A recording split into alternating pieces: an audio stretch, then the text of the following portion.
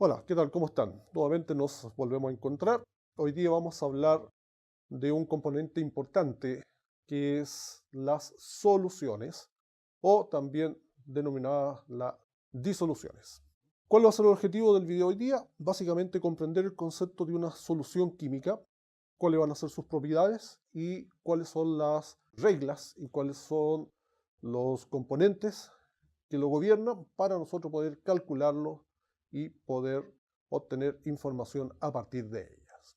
Entonces, ¿cómo están constituidas las soluciones o cómo nosotros definimos las soluciones? Solución es una mezcla de tipo homogénea. ¿Qué quiere decir de tipo homogénea? Que yo solamente tengo una fase, no logro distinguir sus componentes. Y dentro de toda solución yo tengo dos componentes. El primer componente es el soluto y el otro componente es el solvente. ¿Cuál es el soluto?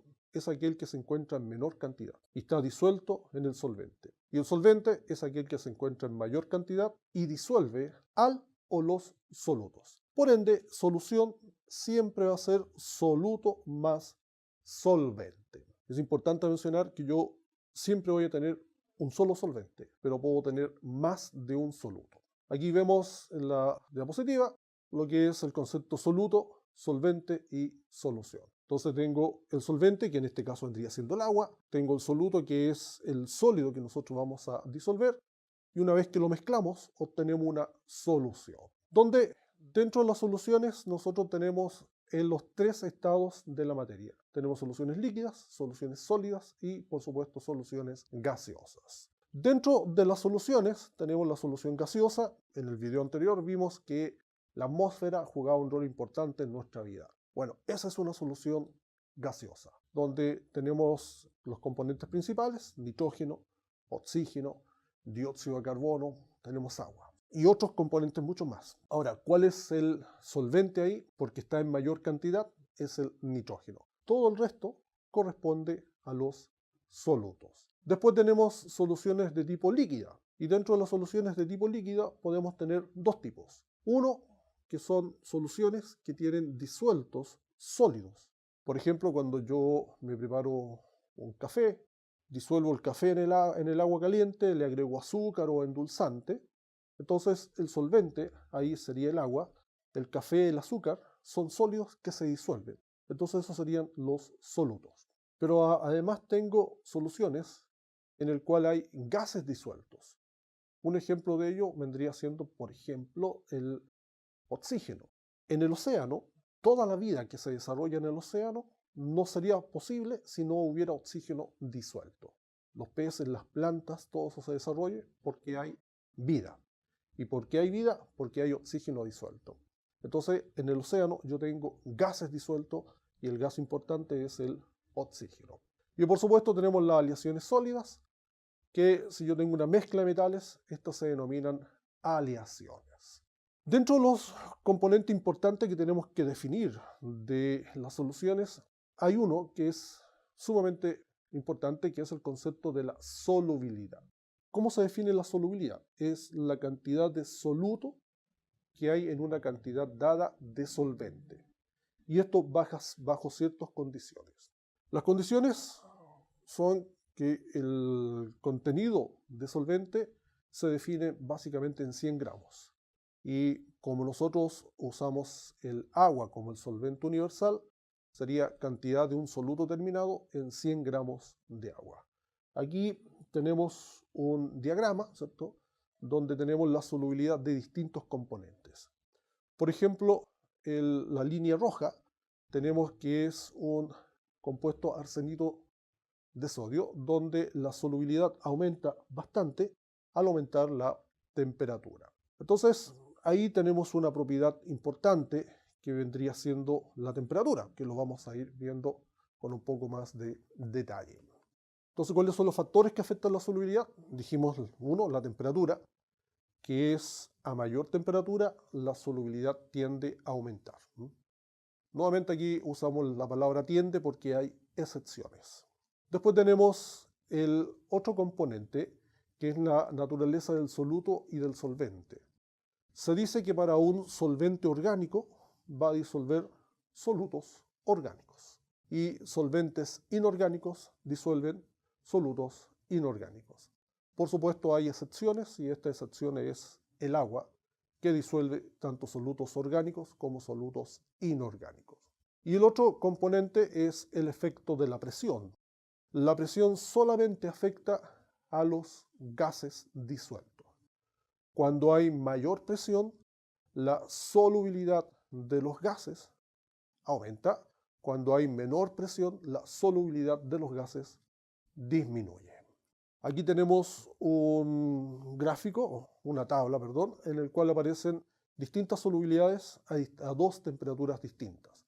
Por ejemplo, la solubilidad del cloruro de sodio a 20 grados Celsius es 36 gramos en 100 gramos de agua. A 50 grados Celsius, la solubilidad aumenta a 37 gramos de cloruro de sodio en 100 gramos de agua.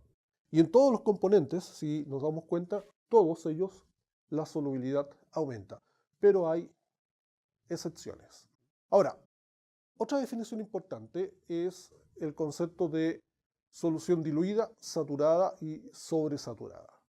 ¿Qué es lo que es una solución diluida? Es aquella en la cual el solvente contiene la menor cantidad de soluto del que pueda contener. ¿Qué quiere decir eso? Por ejemplo, si tomamos nuevamente la solución de cloruro de sodio a 20 grados Celsius, si yo tengo una solución de cloruro de sodio en el cual contiene 20 gramos de cloruro de sodio en 100 gramos de agua, yo tengo una solución diluida. ¿Por qué? Porque como máximo, a esa temperatura, el agua puede contener 36 gramos de cloruro de sodio. Entonces una solución diluida es aquella en la cual el solvente contiene menos soluto del que puede contener. Una solución saturada es aquella en la cual el solvente contiene la mayor cantidad de soluto de la que puede contener. Y una solución saturada justamente vendría siendo la de cloruro de sodio, donde tenemos 36 gramos de cloruro de sodio en 100 gramos de agua a 50 grados Celsius.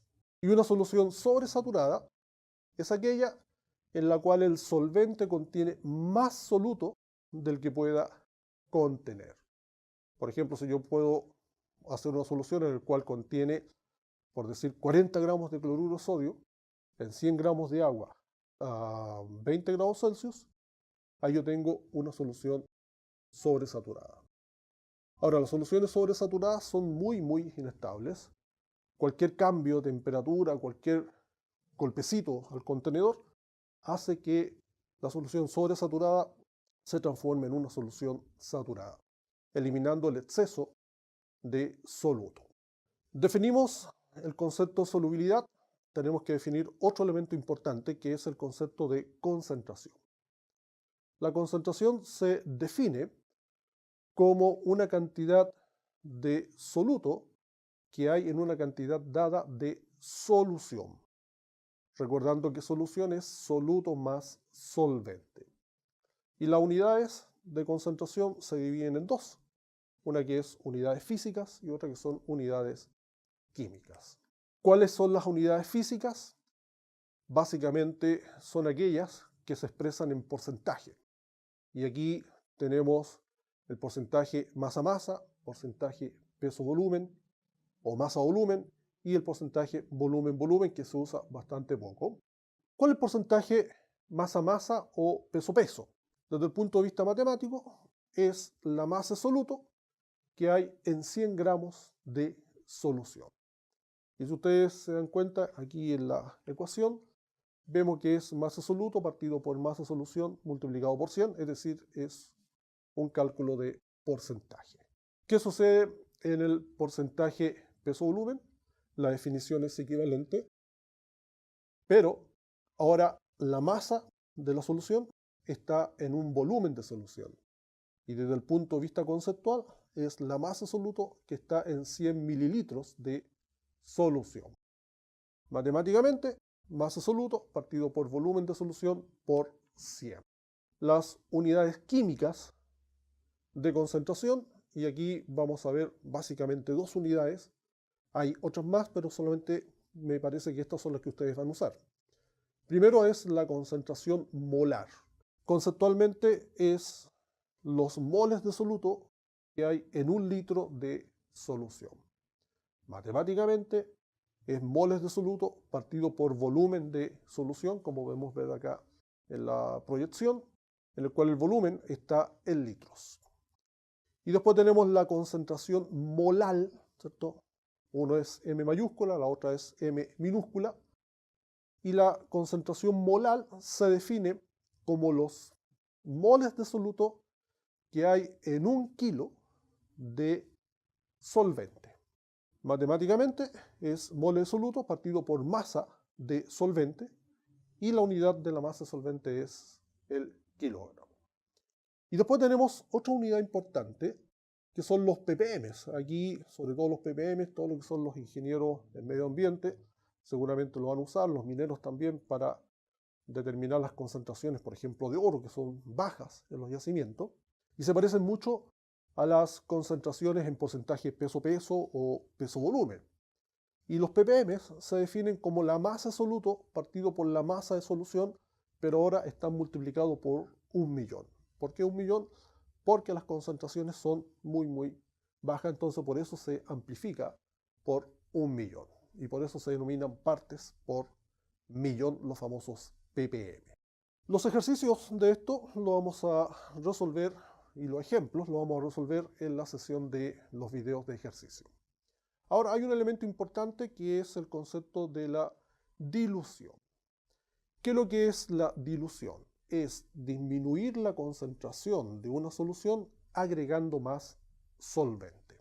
¿Cómo podemos hacer una disolución? Bueno, aplicando una ecuación bastante simple, que seguramente su profesor se la va a desarrollar en cátedra, que es la que tenemos acá, que es C1 por B1 igual a C2 por B2, donde C1 es la concentración de la solución concentrada, B1 es el volumen de la solución concentrada, C2 la concentración de la solución diluida, y el volumen 2 es el volumen de la solución diluida, o el volumen final a la cual nosotros queremos llegar.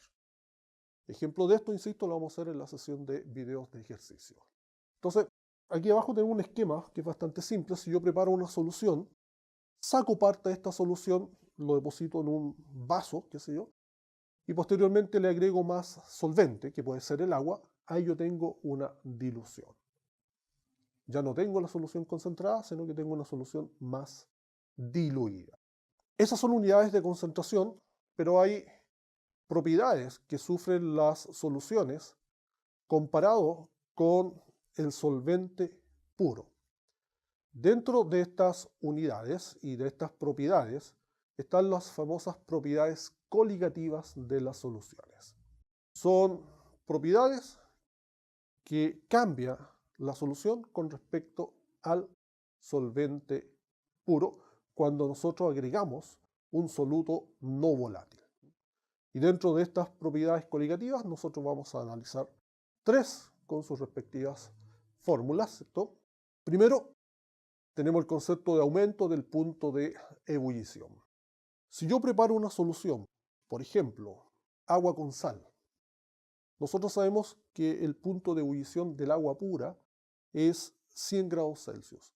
Pero si yo le agrego un mol de sal, que vendría siendo el peso molecular, ¿cierto?, en masa de la sal, del cloruro sodio, la disuelvo y caliento esa solución, me voy a dar cuenta que la temperatura de la solución ahora va a ser sobre 100 grados Celsius. El aumento del punto de ebullición nosotros lo podemos calcular a través de la siguiente ecuación, que la variación de la temperatura de ebullición de la solución versus el solvente va a ser igual a una constante, K sub V. ¿Qué es lo que es K sub V? Es la constante crioscópica de ebullición, por la concentración molal, que vendría siendo el M. ¿Qué es la constante crioscópica de ebullición? Básicamente es la variación de temperatura que sufre un solvente cuando se le agrega un mol de un soluto no volátil. Entonces, esas constantes lo podemos determinar y la podemos encontrar en cualquier libro de química. Entonces, ahí nosotros podemos determinar el punto de ebullición, ya sea del solvente o de la solución, de lo que nosotros necesitemos. Entonces, esa es una de las primeras propiedades que sufren las soluciones cuando se le agrega un soluto no volátil, el aumento del punto de ebullición.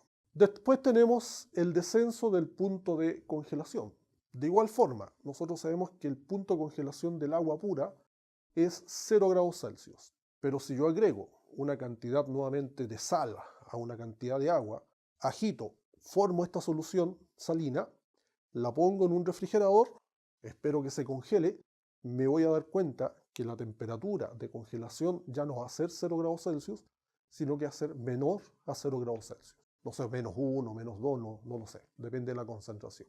Y la fórmula para determinar nuevamente la variación del punto de congelación es muy parecida a la anterior. La variación de la temperatura de congelación del solvente menos la solución va a ser igual a una constante crioscópica de fusión por la concentración molar de la solución. Nuevamente, Kf en este caso es la constante crioscópica de fusión y se obtiene haciendo la diferencia entre la temperatura de fusión de una solución versus el solvente puro, cuando se agrega un mol de un soluto no volátil. Y por último, tenemos el concepto de osmosis. El concepto de osmosis es bastante importante para nuestra región, que tenemos un déficit de recursos hídricos, y también para la región de Antofagasta, que ahí tienen una planta de osmosis inversa, que la vamos a ver. ¿Qué es lo que es el concepto de osmosis? Básicamente es un fenómeno físico-químico en el cual tengo una membrana semipermeable que separa dos soluciones. Primero, una solución que contiene un soluto no volátil y la otra es el solvente puro. ¿Qué ocurre? Como yo tengo distintas presiones que afectan a esta membrana, lo que ocurre es que el solvente puro va a comenzar a entrar a la solución que tiene una distinta concentración. Entonces, ¿qué sucede? Que el solvente va a tender a diluir la concentración de la solución. ¿Hasta cuándo va a ocurrir este fenómeno? Hasta que la concentración del solvente puro y de la solución sean iguales. Recién ahí se va a producir o se va a detener, mejor dicho, ese proceso de osmosis. Y eso es el concepto de osmosis. Cuando un solvente pasa a través de una membrana semipermeable y trata de diluir una solución determinada.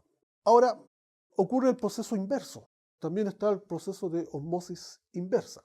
Pero para poder entender el concepto de osmosis inversa, nosotros necesitamos calcular primero cuál es la ecuación que gobierna el cálculo de osmosis. Y la ecuación la tenemos acá, P igual a CRT, donde presión corresponde a P, presión osmótica, C, concentración molar, R, constante de los gases, y T, la temperatura en grados Kelvin.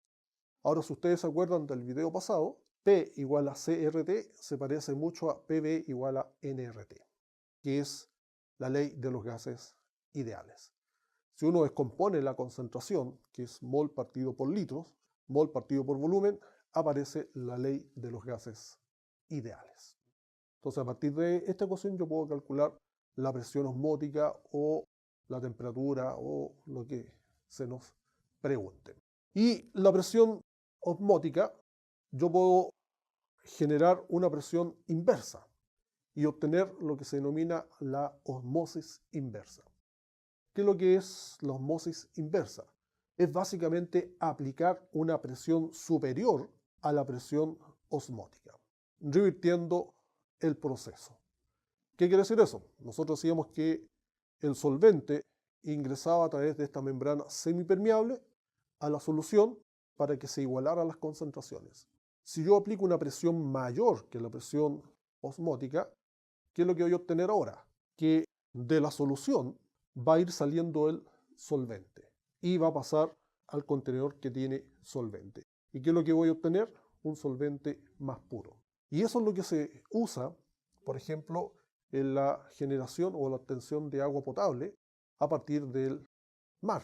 Se toma agua oceánica, se hace pasar por filtros y se le aplica una presión. Entonces el agua pasa por estos filtros y yo tengo un agua prácticamente pura. Y posteriormente le hago algunos tratamientos y puedo potabilizar esta agua obtenida a través de la osmosis inversa. Y aquí tenemos algunos ejemplos de cómo actúa tanto la osmosis normal, la osmosis inversa y en el equilibrio.